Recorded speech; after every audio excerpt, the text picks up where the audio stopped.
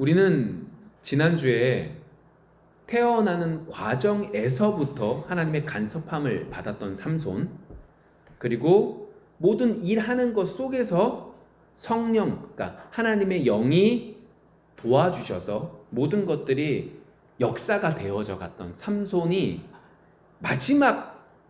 삶의 마지막 속에서 있었던 일들을 살펴봤습니다.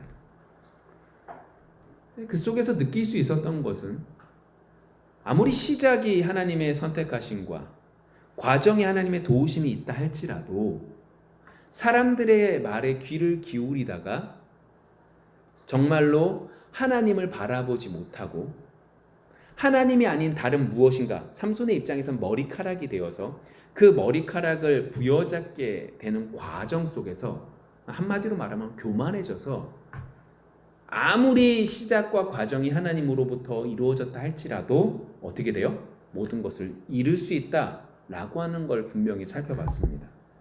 거기서 끝나면 안 되죠. 그럼에도 불구하고 하나님은 어떻게 해요? 하나님의 뜻을 이루십니다. 삼손이라고 하는 그 존재를 들어 사용하시는 용도는 뭐였어요?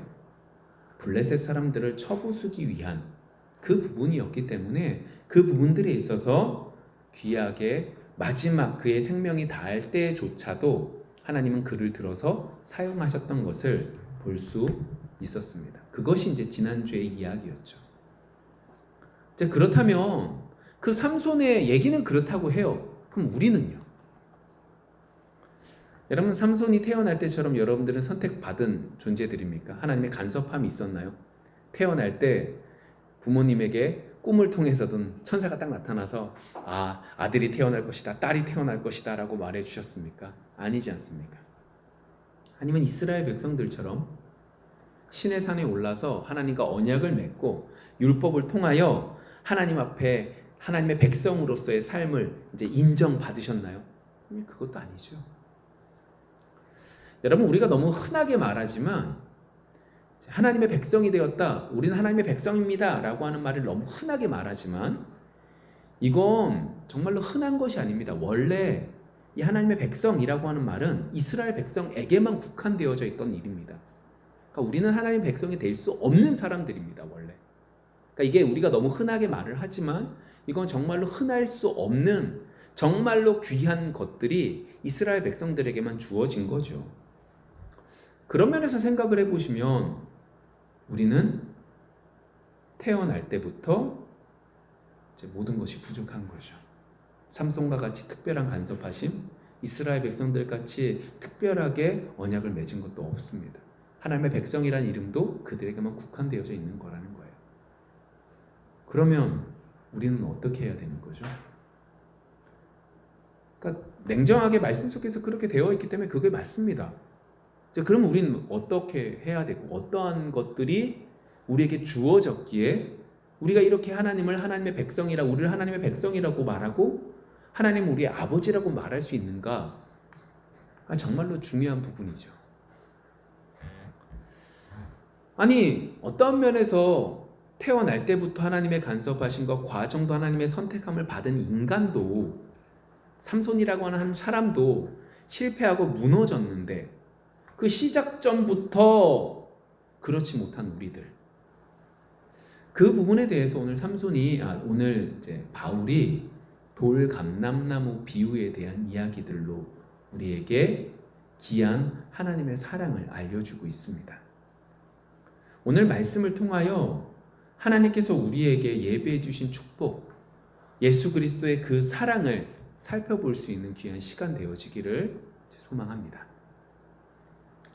오늘 우리가 함께 살펴본 이 로마서 말씀은 바울이 기록한 책입니다. 근데 바울은 어떤 사역을 중점적으로 했냐면 이방인들의 사역, 이방인들에 대한 복음 전도를 중점적으로 했죠. 유대인들에게 있어서 이방인들은 죄악이 가득 찬 존재들입니다. 심지어 이방인들과 상종하지 않았었습니다. 그럼에도 불구하고 바울은 주님께서 나에게 이방인의 사도로 선택해 주시고 사용하신다라고 하는 것을 기쁨으로 받아서 열심을 다해서 사역을 했던 거죠. 자신들의 친족들은 어떻게 이방인들에게 복음을 전해? 라고 하는 색안경이 끼워져 있음에도 불구하고 바울은 그 모든 것들을 이겨나가면서 믿지 않는 이방인들에게 복음을 전하는 귀한 사역을 감당했다는 겁니다. 이제 이렇게만 말하면 이제 바울에게 있어서 그렇다면 자기의 동족들인 이스라엘 백성들에 대한 감정은 어땠을까? 라고 하는 생각들을 해보지 않게 됩니다. 왜? 이방인들에게만 국한되어져 있는 사역자라고 하는 인식이 있기 때문이죠. 바울은 자신들의 동족인 이스라엘 백성들에게 있어서 어떠한 생각들을 가지고 있었을까요? 그 부분에 있어서 오늘 13절과 14절의 말씀 속에 여실하게 나타납니다. 13절에 이렇게 되어져 있죠. 내가 이방인인 너희에게 말하노라. 내가 이방인의 사도인 만큼 내 직분을 영광스럽게 여기노니 이는 혹 내 권력을 아무쪼록 시기하게 하여 그들 중에서 얼마를 구원하려 함이라. 자, 이게 무슨 얘기냐? 바울의 입장에서는 참 안타까운 거예요. 누가요? 내 친족들이요. 나랑 함께한 우리 이스라엘 백성들이, 이스라엘 자손들이 너무나 안타까운 거예요. 아니, 복음을, 예수 그리스도를 믿으면 하나님의 자녀가 되는 기쁨을 정말로 누릴 수 있는데 그것을 누리지 못하고 도리어 예수 믿는 사람들을 박해하고 있는 이 내 동족들이 너무너무 안타까운 거죠. 생각을 해보세요. 이스라엘 백성들은요, 우리보다 훨씬 더 나아요. 어떤 면에서요? 구약 말씀을 알잖아요. 여호와 하나님을 알고 있잖아요. 하나님을 체험했잖아요. 우리보다 더 많은 것들을 체험한 것이 이스라엘 자손들이잖아요. 그 많은 것들을 누리고 있었던 그들이 도리어 하나님을 섬기면 바로 더 큰 축복을 누릴 수 있음에도 불구하고 도리어 그들은 하나님을 섬기지 않는 거예요. 예수님을 믿지 않는 거죠. 얼마나 안타깝겠어요. 얼마나 마음이 미어지겠어요. 그런데 생각을 해보세요. 여러분들이 바울이에요. 내 동족들이 여호와 하나님을 아는데 그들이 여호와 하나님을 알고 있으니까 예수님을 믿으면 더 큰 축복을 누릴 수 있을 텐데 이걸 못하니까 너무 안타까운 거예요. 근데 하나님이 나에게 시키신 일은 뭐예요? 이방인 사도예요. 내가 맡겨진 일은 이방인 사도라고요. 여러분 기억나십니까? 하나님이 일을 맡길 때 우리가 좋아하는 거 내가 하겠습니다 라고 하는 사람을 시키지 않습니다. 그렇지 않은 사람을 시키시죠. 그리고 그것을 통하여 하나님이 하나님됨을 보이시죠. 바울도 마찬가지예요. 내 동족들에게 복음을 전하고 싶죠. 아니, 안 믿는다고 바울이 안 전했을까요? 아니, 전했을 겁니다. 근데 하나님이 그에게 맡겨주신 일은 이방인의 사도인 거예요. 여러분 어떤 마음이 들까요? 하나님은 왜 나에게 이방인들에게 복음을 전하는 사역자로 세워주셨을까? 내 동족, 내 나라 함께 있었던 저 사람들에게 복음을 전하고 싶다라는 마음이 얼마나 많이 들겠어요. 또 한편에서 얼마나 이해되지 않았겠습니까? 하나님은 왜 이렇게 하셨을까라는 게 이해됐을까? 이해되지 않았을까? 이해되지 않았을 겁니다. 아니, 이 사람도 저 사람 다 믿으면 되는 거지 왜 이러셨을까? 이 생각 분명히 들었을 겁니다. 근데 그가 깨달은 게 있어요. 그게 조금 전에 살펴보신 그 말씀이에요. 보이시나요? 여러분 보이시나요? 어떻게 예수님께서 어떻게 바울에게 이방인의 사도로 삼았는데도 불구하고 제가 좀 전에 얘기한 건 그럼에도 불구하고 그 뜻이 있구나라는 걸 바울이 알았다고. 14절의 말씀이 그거예요. 이방인들이 부흥되고 이방인들이 예수를 믿는 것들을 통하여 유대인들이 그 모습을 보아 어떻게 해요? 시기하기를 원하는 거예요. 그래서 아무쪼록 하나님께서 예비하신 사람들이 유대인이라고 할지라도 누구에게 오기를 원하는 거예요? 예수님께 돌아오는 역할을 감당하기를 원했던 거죠. 주님의 뜻은 여기에 있구나. 내 생각엔 내가 가서 열심히 일하면, 내가 열심히 복음을 전하면 그들이 믿으면 더 큰 역사가 일어날 것 같지만 주님의 뜻은 거기에 있는 것이 아니라 나는 여일하게 이방인에게 전도하지만 그 전도된 모습을 통하여 유대인들이 다시금 예수님을 믿게 하기를 원한다. 이게 더 큰 의미가 있어요. 이방인들도 하나님의 은혜로 구원받아요. 그럼 유대인들은요? 유대인들도 하나님의 은혜로 구원받음을 그 모습을 통하여 보기를 원하셨던 거죠. 그것을 알려주고 계시는 거죠. 그것이 우리가 믿는 하나님이신 거죠. 여튼 그러한 부분들 속에서 이제 다시금 본문으로 돌아가면 이제 그런 의미 속에서 유대인의 사도로서 이방인들에게만 복음을 전했다면 오늘 본문으로 다시금 돌아가면 오늘 본문 속에서 핵심은 그 부분이 아니에요. 오늘 본문 속의 핵심은 그 부분이 아니라 너희들 유대인들은 믿지 않는데 너희들 믿었네. 너희들 대단하다. 이 말을 하고 싶은 것이 아니에요. 이 말뜻은 예수를 믿을 수 있다는 것이, 예수를 믿는다는 것이 우리에게 엄청난 축복이란 것을 알려주고 있는 거죠. 너희들이 잘해서 믿는 게 아니라는 걸 분명하게 알려주시는 거예요. 너희들이 하나님의 은혜로 믿는 거다. 유대인들도 하나님의 은혜로 믿는 거다 라는 걸 분명히 말씀하고 계시는 것이 이 말씀인 거죠. 제가 서두에 말씀드렸어요. 처음에 하나님의 백성은 누구뿐이라고? 이스라엘 백성들 뿐이에요. 근데 그들이 이스라엘 백성들인데 예수님을 통하여 이 특권이 모든 사람들에게 열리게 된 거예요. 모든 사람들에게 주어지게 된 거죠. 너무나 큰 축복인 거예요. 하나님의 크신 계획이었죠. 근데 그 계획 속에 한 가지, 그렇게 됐던 원인 중에 한 가지는 유대인들이 올바로 하나님을 믿었을까요? 믿지 않았을까요? 믿지 않았기 때문이란 거예요. 유대인들이 하나님이 원하셨던 모습으로 나아간 것이 아니라 세상 사람들과 동일한 것을 가지고 세상 사람들이 보기에 아름다운 것들을 만들어냈지 하나님이 원하시는 열매를 맺지는 못했다라고 하는 거죠. 결국 그 결과 어떻게 되는 거예요? 그 축복이 옮겨지게 되었다라고 말씀하고 있는 겁니다. 결국 그렇게 버림받았던 이유는 믿음으로 살지 않았기 때문인 거예요. 자, 본문의 내용들 좀 더 볼게요. 16절과 17절입니다. 자, 천천히 볼게요. 제사하는 처음 익은 곡식 가루가 거룩한즉 떡덩이도 그러하고 뿌리가 거룩한즉 가지도 그러하니라.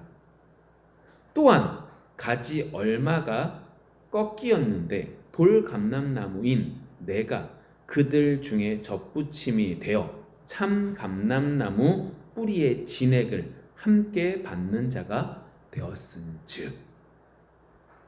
제가 천천히 읽었는데 이 비유가 두 가지의 비유가 나왔어요. 첫 번째 16절의 비유, 가루에 대한 비유와 두 번째 17절의 가지에 대한 돌감람나무에 대한 비유, 이 두 가지가 나타납니다. 이 두 가지는 연결되어져 있어요. 첫 번째 이제 가루에 대한 비유예요. 이 가루에 대한 비유를 우리가 그냥 보시면 안 되고 어떻게 생각을 하시면 되냐면 처음 익은 곡식을 뭐 하는 거예요? 하나님께 드리면 떡덩이가 어떻게 되는 거예요? 거룩하게 되어진다는 거죠. 왜 이런 말씀을 하시나 생각을 해보시면 우리가 이전에 유월절 사건을 생각해 보시면 됩니다.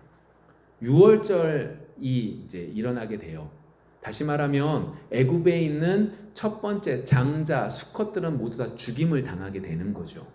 그 속에서 이스라엘 백성들이 구원을 받을 수 있었던 것은 어린 양의 피가 발려짐으로 이스라엘 백성들 가운데 처음 난 것들도 살아남게 됩니다.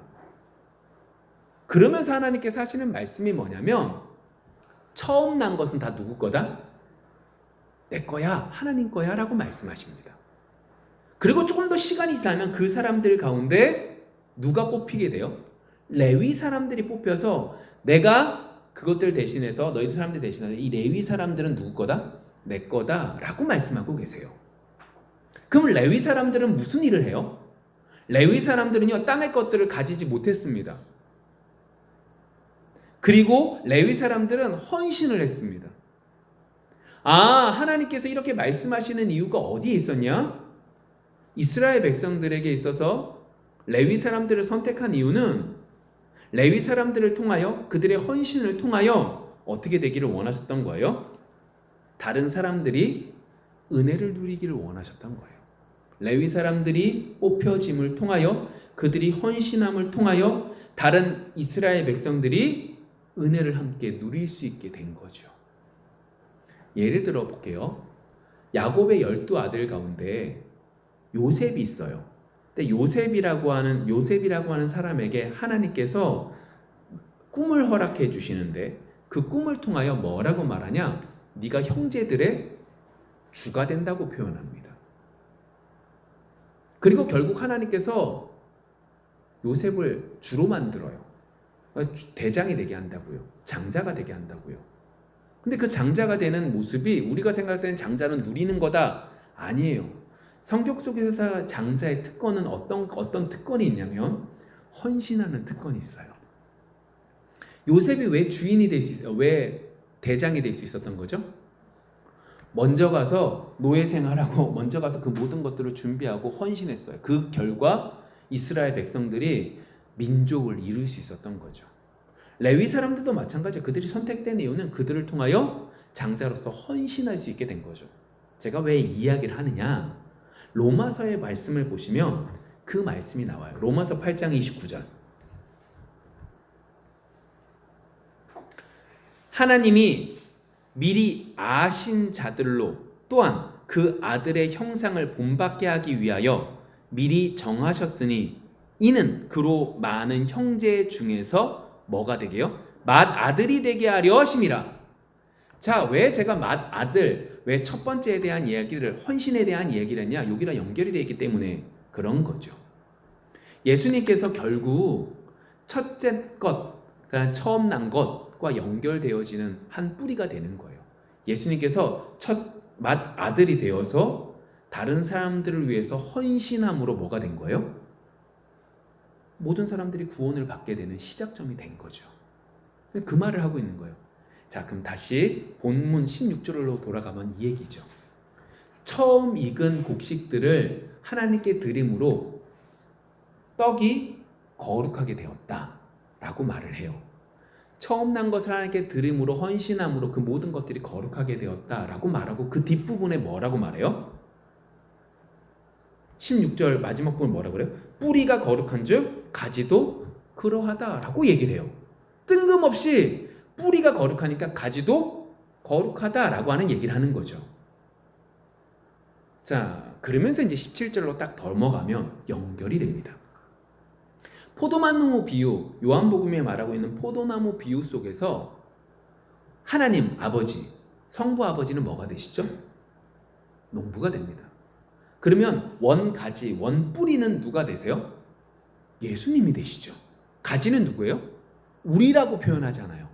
이 동일한 관점 속에서 생각해 보시면 지금 분명히 16절의 말씀으로 처음 것으로 거룩하게 된다고 말했고 뿌리가 거룩하니 가지도 거룩하다고 말씀하셨어요. 그리고 하신 말씀이 17절의 돌감람나무 비유인데 우리의 머릿속에 두어야 될 것은 뿌리는 누구예요? 예수 그리스도예요. 거기서 어떻게 해요? 거룩한 진액이 올라오는 거죠. 거룩한 게 올라오죠. 그 거룩한 것을 가지고 감람나무가 어떻게 하는 거예요? 열매를 맺는 거죠. 원래 좋은 참 감람나무는 누구였어요? 이스라엘 백성들이었어요. 하나님께서는 예수 그리스도를 통하여 이스라엘 백성들에게 좋은 열매를 맺기를 원하셨던 거죠. 감람나무 기름을 통하여 성막 안에 불을 피웠거든요. 그만큼 소중한 기름이 감람나무였고 그 역할을 이스라엘 백성들이 하기를 원하셨던 거예요. 여러분 보세요. 이스라엘 백성들이 그 일들을 감당했습니까? 못했어요. 여러분 여기는 이 부분 속에서 우리가 잘못 생각하시면 안 돼요. 세상적인 관점으로 보시면 안 돼요. 세상적으로 그들은 열심을 다했습니다. 세상에 왕이 있네? 그럼 우리도 왕이 있어야지. 우리가 부강한 나라가 돼야지. 우리 이스라엘 똑같은 애국심으로 열심을 다했을 겁니다. 그 부분 속에서 너희들이 잘못해서 나라가 망했거나 잘못했다 이게 아니에요. 하나님이 정말로 원하셨던 건 예수 그리스도를 통하여 성령의 열매들을 맺기를 원하셨는데 이스라엘 백성들은 뭐에만 관점이 있었던 거예요? 성령의 열매를 맺는 것이 아니라 세상 사람들과 똑같은 열매를 맺기를 원했고 예수님을 통하여 하나님의 진액을 받아 누린 것이 아니라 세상 사람들과 똑같은 진액을 받아 세상 사람들과 똑같은 열매를 맺기를 원했던 겁니다. 그래서 버림받게 된 거예요. 그래서 그것들이 무너지게 된 거죠. 여러분, 이렇게 나무가 안 좋아졌어요. 좋은 열매를 못 맺었네요. 방법은 뭐가 있죠? 뿌리채 버리던가 아니면 접붙임을 하는 거예요. 여러분, 접붙임이 뭔지 아십니까? 이 원나무가 있는데 이 원나무에서 다른 가지를 이렇게 잘 묶어가지고 하는 나무잖아요. 근데 여러분 기억하실 게 있습니다. 뿌리가 있고 이 뿌리가 있는 곳 속에 잘라서 다른 가지를 딱 붙이면, 질문, 이 뿌리와 관련되어져 있는 열매가 맺혀집니까? 아니면 가지와 관련되어 있는 열매가 맺어집니까? 여러분, 이 성경 말씀 속에서 17절의 말씀 속에서 우리가 오해하지 말아야 될 것이라는 거예요. 17절의 말씀 속에서 우리가 잘못 오해하면 참 감람나무 속에 우리가 돌 감람나무가 딱 접붙임을 받았으니까 우리는 뭘 열매를 맺을 것 같아요? 좋은 열매를 맺을 것 같아요. 근데 여러분 질문 던진 거예요. 접붙임을 하는데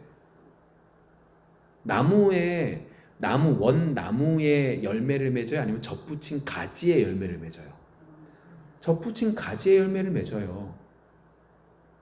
포도나무가 어떤 A라는 포도나무가 있어요. 잘랐어요. B라는 가지를 붙이면 B라는 가지의 열매가 맺혀지는 거지 A의 가지의 열매가 맺혀지지 않는다고요. 근데 오늘 말씀 속에서 그렇게 말하고 있는 거예요.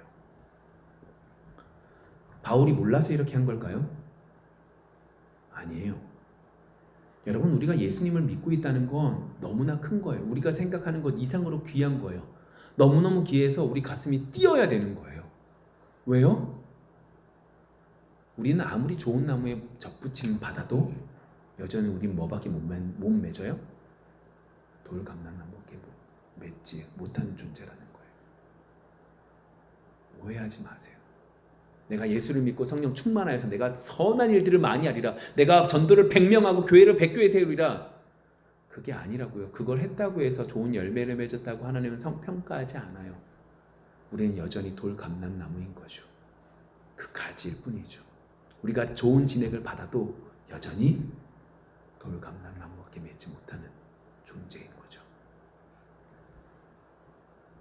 거기다가 오늘 말씀 속에서 어떻게 시작된 거예요? 원래 좋은 나무, 좋은 가지인 참 감람나무 가지도 어떻게 해요? 잘려서 나갔어요. 그런 상황 속에서 오늘 이 말씀이 진행되고 있는 거죠. 제가 16절과 17절을 이어서 보아야 된다고 말씀을 드렸어요. 그쵸? 16절의 핵심은 뭐였어요? 예수님이 뭐가 되신 거예요? 첫 열매가 되셨다고요. 예수님이 첫 마지가 되셨다고요. 장자가 됐다고요. 그 장자가 헌신함에 나머지가 어떻게 해요? 거룩하게 됐다고요. 그래서 후반부에 뭐요? 뿌리가 거룩하니 가지가 거룩하다는 거예요. 가지가 거룩하기 때문에 뿌리가 거룩한 게 아니라 뿌리가 거룩하니까 가지가 거룩하다라고 하는 얘기를 하는 거죠. 그리고 17절의 말씀이 들어가고 있는 거예요. 여러분, 우리가 하나님의 백성이 된 건 우리가 하나님 앞에 붙었으니까 우리가 좋은 열매를 맺을 수 있는 존재라서가 아니라 오직 예수 그리스도의 은혜 때문에 그런 거죠. 그 사랑을 깨달을 수 있는 이번 한 주가 되어지기를 원합니다. 열매는 여전히 우리는 나쁜 열매를 맺을 수밖에 없는 거예요. 여러분 생각을 해보십시오. 여러분들이 성령의 9가지 열매를 맺을 거예요. 성령의 9가지 열매를 맺었지만 그건 하나님이 우리와 함께 계심에, 하나님이 우리를 도와주심에, 성령의 충만함이 있기에 그 열매를 맺는 것이지, 여전히 우리는 죄악의 모습으로 가득한 것이 우리라는 거예요. 그런 면에서 18절의 말씀, 그 가지들을 향하여 자랑하지 말라. 자랑할지라도 내가 뿌리를 보존하는 것이 아니요 뿌리가 너를 보존하는 것이니라. 자랑하지 마세요.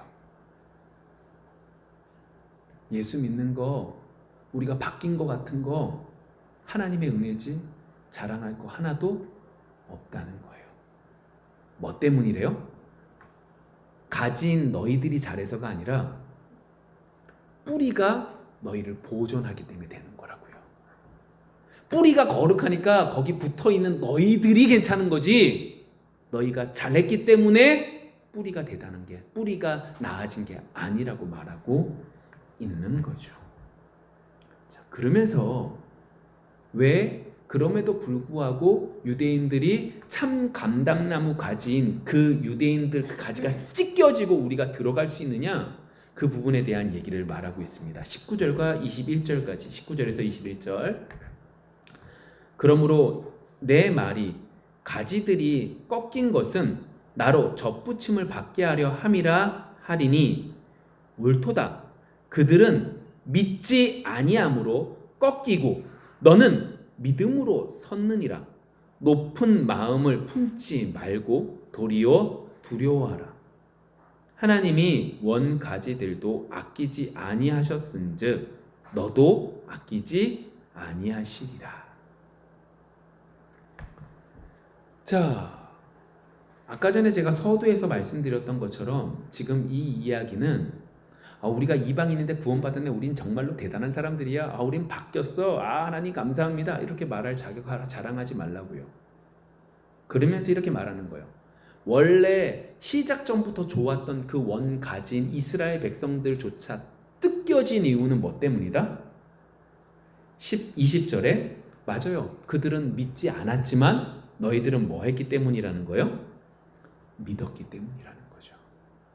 너희들 유대인들 원가지 처음 시작과 과정이 좋았던 그 이스라엘 백성들도 믿지 않았기 때문에 뜯겨졌는데, 하물며 너희들이 어디 안에 있어야 된다? 믿음 안에 있어야 된다라고 말하는 거죠. 여러분 생각을 해보세요. 유대인들이 왜 믿지 못했을까요? 그들이 멍청했어요? 아니요, 그들은 똑똑합니다.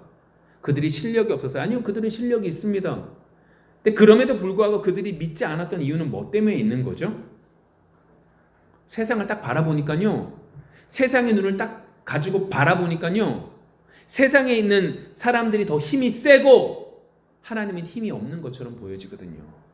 세상의 지식을 가지고 바라보면, 세상의 논리로 바라보면 하나님이 절대적으로 힘이 없는 존재인 거예요. 세상의 방법을 가지고 기도하면 하나님이 절대적으로 힘이 없는 거죠. 그래서 기도하면 성령의 도우심으로, 하나님의 지혜로 세상의 방법이 생각나는 것이 아니라 하나님의 뜻 가운데 하나님의 역사하심이 보여지게 되는 거죠. 두 번째로, 그들 속에 있어서 정말로 큰 문제가 뭐냐? 믿지 않았던 것이 뭐냐? 결국 교만인데, 그들이 어떤 마음을 품은 거예요? 20절의 하반부에 보면 높은 마음을 품었다는 거죠. 그들이 그냥 있었던 것이 아니라 높은 마음을 품었다고요. 높은 마음이 뭘까요? 우리 아담과 하와의 얘기를 통해서 볼 수 있죠. 아담과 하와가 에덴 동산에서 정말로 좋은 것을 누리며 살았어요. 정말로 참 지혜로 살았어요. 그들은 선택할 수 있었죠. 하나님을 더 기쁘게 찬양할 수 있는 특권도, 자유의지도 있었어요. 근데 그들이 뭐처럼 되고 싶었던 거예요? 하나님처럼 되고 싶었던 거예요. 높아질 필요 없었던 거예요. 모든 걸 다 알고 있었던 그들. 그런데 굳이 하지 않아도 될 것, 하나님의 명령에 불순종하는 그 죄를 범하게 되는 거죠. 그 결과 어떻게 되는 거예요? 무너진 거예요. 교만함이 결국 그들을 무너뜨린 거죠. 그 모습 그대로 뭐 있었던 거예요? 이스라엘 백성들도 높은 마음이 되어서 나아가는 것 속에 결국 그들이 똑같 부러지게 된 거죠. 그렇기 때문에 22절의 말씀 속이 이어집니다. 그러므로, 지금까지 했던 말씀들 다 이해가 되실 거예요. 그러므로 하나님의 인자하심과 준엄하심을 보라. 넘어지는 자들에게는 준엄하심이 있으니 너희가 만일 하나님의 인자하심에 머물러 있으면 그 인자가 너희에게 있으리라. 그렇지 않으면 너도 찍히는 바 되리라. 자, 먼저 이제 준엄이라고 하는 얘기를 먼저 해볼까요? 준엄이 뭐예요? 이게 이 의미랍니다. 두렵고 엄하다, 이러한 의미라는 거예요. 우리가 흔히 알고 있는. 근데 두렵고 엄하다라고 하는 얘기는 딱 누구에 관련되는 얘기예요? 이스라엘 백성들에 대한 얘기죠. 그들이 어떻게 한 거예요? 높아지려고 한 거죠. 하나님처럼. 그들이 어떻게 한 거예요? 눈에 보이는 것으로 판단한 거죠. 그것 때문에 결국 어떻게 되는 거예요? 똑각 부러진 거예요. 그런데 인자라고 하는 건 또 뭐죠? 인자가 뭐예요? 하나님의 사랑으로 그러니까 덮어줬다는 거예요. 하나님의 사랑으로 덮어줘서 책임졌다라고 하는 의미를 지니는 거죠. 그럼 볼게요. 이방인들은 하나님의 인자하심으로 구원받았어요. 그들이 잘해서요? 아니요. 하나님이 선택해 주셨고 인도해 주셨고 역사해 주셨던 거예요. 그들의 죄를 예수님이 모든 것으로 담당하셨기 때문에 그런 거죠. 그 은혜, 그 인자하심을 받은 거예요. 그리고 그 인자하심 속에 오늘 22절의 말씀 속에 어떻게 해요? 그 인자하심 안에 있어야만 된다는 거죠. 믿음 안에 있어야만 된다라고 말하는 것이 오늘 이야기가 되는 거예요. 그 말은 이렇게 보셔야 돼요. 자, 아까 전에 이제 돌 감람나무에 대한 얘기를 마저 해볼게요. 접붙임을 받았어요. 참 감람나무인 이스라엘 백성들도 믿지 않았기 때문에, 높아졌기 때문에, 교만했기 때문에, 세상의 눈을 가지고 하나님을 바라봤기 때문에 똑같 부러졌어요. 대신 돌 감람나무 가지가 딱 들어온 거죠. 우리가 맺을 수 있는 건 뭐밖에 없는 거예요? 죄송하지만 돌 감람나무밖에 없어요. 인간인 이상 돌 감람나무밖에 없어요. 이걸 받아들이는 게 너무나 힘든 것조차 어쩔 수 없어요. 그 돌 감람나무밖에 맺을 수 없는 우리, 원액은 진액은 예수 그리스도를 통하여 은혜를 누리지만 여전히 우리 속에 나오는 것은 나쁜 것밖에 나올 수밖에 없는 우리. 그런데 하나님의 인자하심은, 주님의 인자하심은 이걸 어떻게 하는 거예요? 품어주는 거예요. 왜요? 우리가 생각할 땐 열매가 나쁜데요? 우리가 볼 땐 열매가 돌 감람나무라니까요. 근데 주님의 인자하심으로 그걸 품어준대요. 왜요? 16절 장자의 특권이었다고요. 첫 번째 걸 하나님께 드림으로 그것을 통하여 어떻게 되는 거예요? 가지도 거룩하게 되었다고요. 예수님의 은혜로 뭐 된 거예요? 우리의 열매는 아주 보잘것없지만 하나님의 자녀가 된 거죠. 하나님의 은혜를 누리게 된 거죠. 그것이 동일하게 유대인들에게 동일하게 나타나게 되는 거죠. 그래서 24절 이렇게 마무리가 되는 겁니다. 내가 원 돌 감람나무에서 찍힘을 받고 본성을 거슬려 좋은 감람나무의 접붙임을 받았으니 원 가지인 이 사람들이야 얼마나 더 자기 감람나무의 접붙이심을 받으랴 라고 말하면서 누구도 유대인들도 동일하게 어떤 은혜를 누리는 거예요? 하나님의 인자하심으로 다시 회복되어질 수 있다라고 하는 걸 바울이 이야기하고 있는 거죠. 말씀을 좀 맺어볼게요. 여러분, 우리는요 좋은 참 감람나무에 접붙임 받은 돌 감람나무예요. 상식적으로 우리가 알고 있는 농사나 뭐 여러 가지들 기술적으로 이거는 미련한 거예요, 똑똑한 거예요? 미련한 거예요. 근데 하나님은, 주님은 인자하심으로 이것을 이루셨어요. 왜요? 참 감람나무인 유대인들조차도 하나님의 인자하심으로 구원받게 하기 위하여 동일한 역사를 이루시기 위하여 이것들을 허락해 주신 거죠. 그럼에도 불구하고 주님의 인자하심으로 어떻게 해요? 우리 역시 하나님의 자녀가 된 거예요. 우리는 종종 생각합니다. 우리의 신앙 연조가 짧아서, 내가 하나님께 열심히 기도하지 않아서, 내가 열심히 하나님 말씀을 몰라서, 여러 가지 이야기들로 여러분들의 생각을 사로잡을 때가 있습니다. 그러나 오늘 말씀 속에서 우리는 분명히 알아야 됩니다. 우리가 아무리 참 감람나무의 접붙임을 받았다고 해서 좋은 열매를 맺는 게 아니라고. 주님으로 시작되었던 삼손, 하나님의 힘을 가지고 여러 가지 역사를 이루었던 삼손.